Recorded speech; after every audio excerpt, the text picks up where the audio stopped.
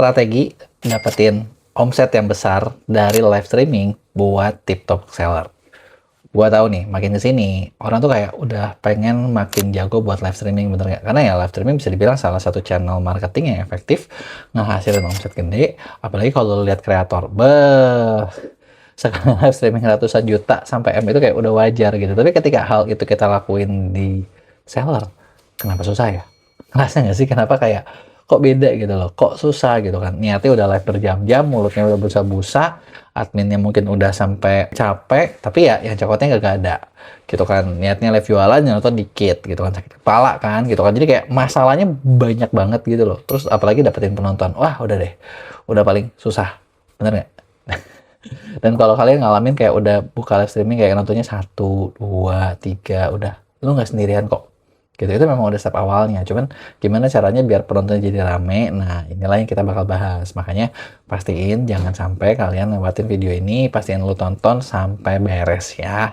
Nah sebelum gue mulai, caranya kayak gimana buat lo yang baru nonton, jangan lupa buat klik tombol subscribe-nya dan aktifin lonceng notifikasinya ya. Yuk kita mulai. Jadi gini, kadang kita tuh sebagai seller selalu fokus sama matriks-matriks yang gue lihat tuh banyak seller tuh matriksnya salah. Matriksnya gimana sih? Jadi kayak gini, lo lagi live shopping, ya lo bandingin live-nya kalian sama misalnya lagi live yang hiburan, live yang bagi-bagi gift, yang nyari gift, ya udah pasti jelas kalah lah gitu kan.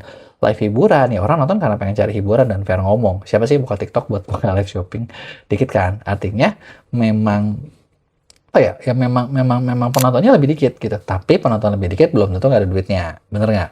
Nah algoritma TikTok memang senang sama yang namanya interaksi, tapi kalau live shopping beda. Ada poin yang paling penting yang kadang banyak seller tuh nggak ngerti.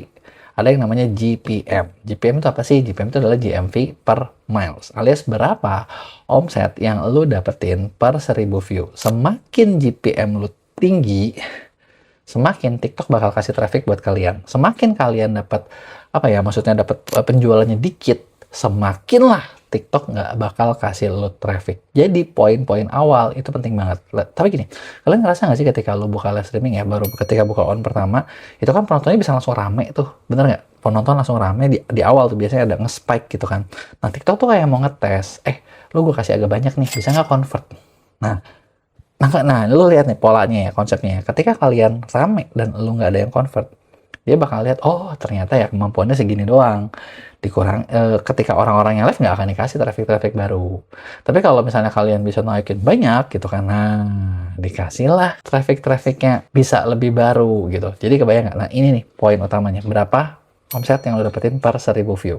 Nah, terus kalau kayak gitu jadi gimana nih strateginya? Strateginya sebenarnya ada beberapa macam guys. Yang pertama adalah kalian bisa fokus ke barang-barang di awal nih ya. Biasanya tuh seller tuh kita tuh suka gini, kita nggak tahu, kalian nggak ngelihat produk mana yang ngasilin penjualan besar. Jadi gini, kalau gue perhatiin ya, ini seperti lo lihat, ini gue nggak lagi di tempat biasa, nggak di setup gue biasa. Ini gue sekarang masih di China, tepatnya di kota Hangzhou gitu kan, karena gue ada event lanjutan di bulan Januari ini sama TikTok, dan kemudian kita masih ada program yang gue pernah bahas juga, itu kita bawa kreator buat live di China.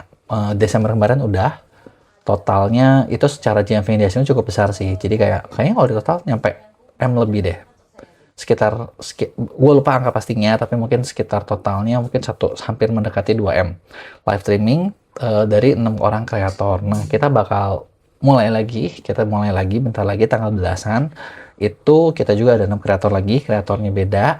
Nah jadi kalau misalnya lo yang ngerasa aduh gue udah mau nyerah nih sebagai seller nih, gue mau nyerah sebagai seller, gue nge-live streaming sendiri nggak dapat, bisa nggak misalnya kerjasama bantuin di live streaming sama kreator top kreatornya di live? Bisa gitu ya, bisa banget. Tinggal produknya seperti apa ya, pasti ngomong-ngomong kreator yang gue bawa ini semi-semi seleb.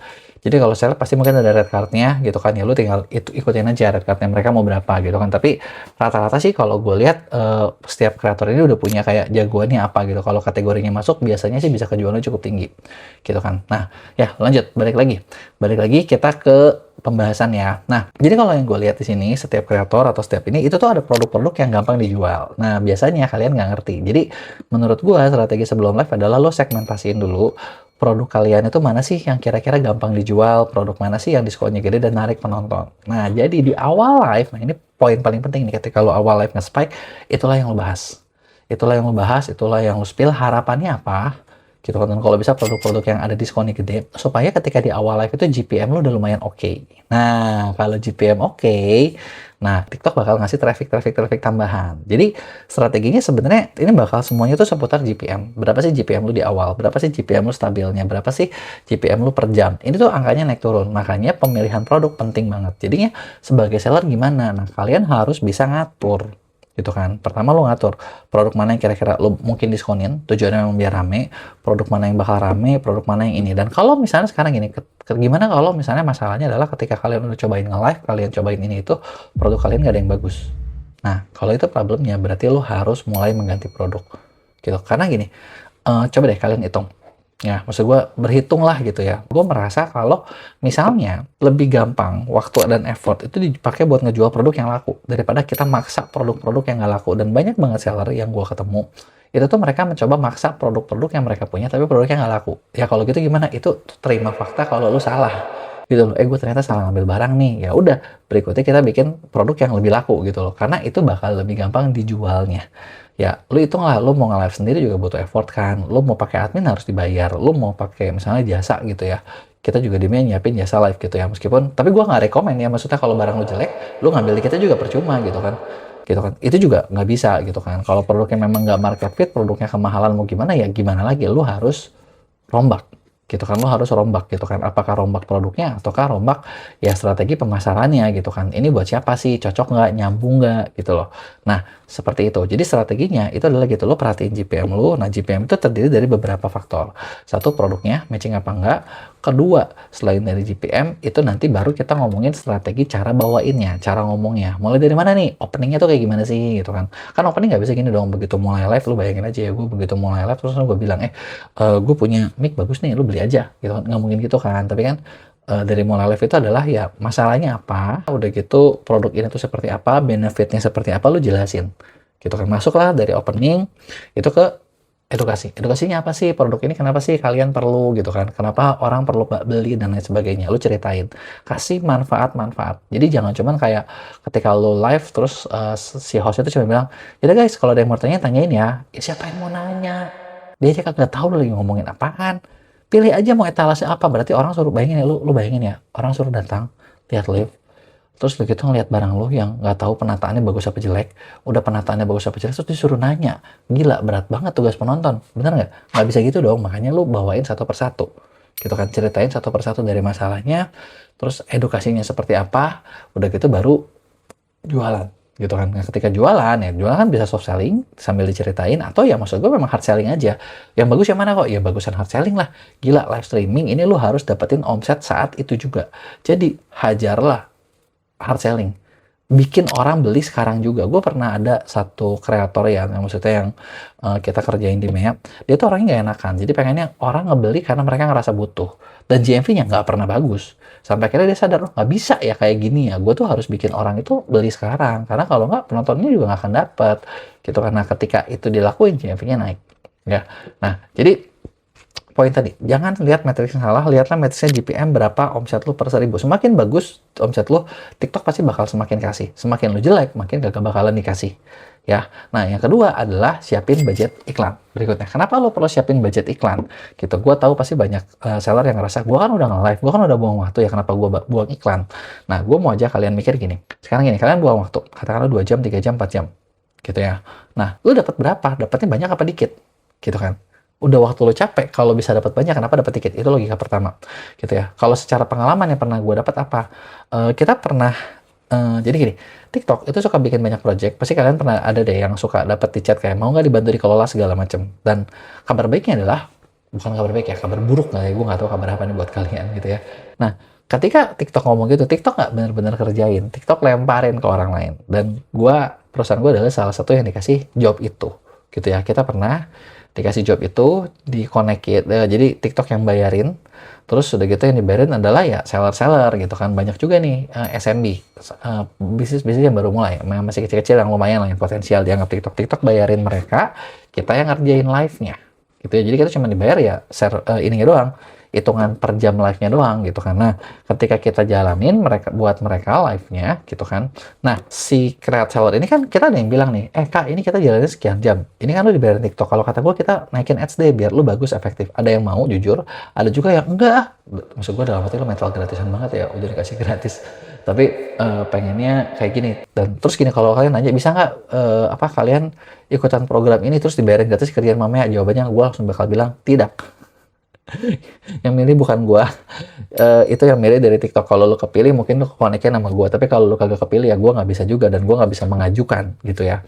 Nah, oke, lanjut ya. Nah, ternyata dari situ kita kebagi. Ada seller yang hasil penjualannya lebih bagus dan ada seller yang susah. Gitu kan. Dan fair ngomong, yang bagus adalah yang iklan. Kenapa? Kenapa kayak gitu? Ya lu pakai logika lah. Sekarang gini, kita nge-live-in 60 jam. Ya, sausnya udah bisa, penjelasan produk udah bisa, waktunya udah jalan. Tapi lu kagak ngiklan, artinya kan trafficnya seadanya. Banyak yang trafficnya tuh kayak sekali nonton 1, 2, GPM-nya karena hostnya udah terbiasa bisa nih dapat lebih bagus gitu. Dia nyerocos 5, 10, tapi itu beda jauh sama yang begitu dihajar diiklanin.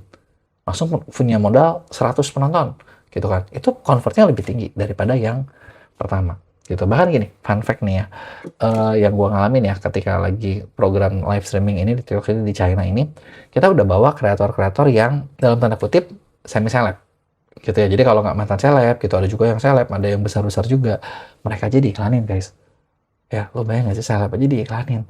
Terus seller, lu siapa, lu terkenal kagak, lu kagak mau ngiklan ya, gimana mau rame, bener nggak? Fakta kan, bener nggak? Nah, yang ketiga adalah, nah ini poin paling penting. Jadi kan pertama lu harus ngerti GPM-nya, yang kedua itu lu harus siapin iklan, yang ketiga adalah evaluasi. Jadi gini, ketika setiap sesi live, lu mungkin mencoba kayak katakanlah 10 produk, 15 produk gitu ya. Nah, lu nggak tahu kan mana yang bagus buat live, mana yang nggak. Nah, disinilah yang penting. Lu perlu evaluasi, karena setiap produk ternyata ada GPM-nya. Nanti kita susun. Gitu kan. Susun buat apa? Dari susunan ini nanti kita bisa ngebedain mana produk yang buat mancing, mana produk yang buat nyari duit, mana produk yang lu untungnya gede, mana produk yang gimana. Itu setelah jalan. Kalau lu nggak tahu ya lu nggak punya data. Kalau lu punya data, baru kita bisa lihat gitu kan. Kita perlu buat ngapain gitu ya. Jadi evaluasi itu juga penting, dan biasanya banyak juga yang nggak ngerti gimana caranya. Jadi kalau lu udah rajin nge-live, lu udah pernah nge-live, nah gue bisa bantuin nih. Di mana kita punya, kita lagi kembangin fitur buat analitik, buat ngeliat. Jadi kayak lo tahu sih, live lo tuh yang bagus tuh yang mana, produk lo yang oke yang mana, yang gagal yang mana, yang perlu diapain yang mana.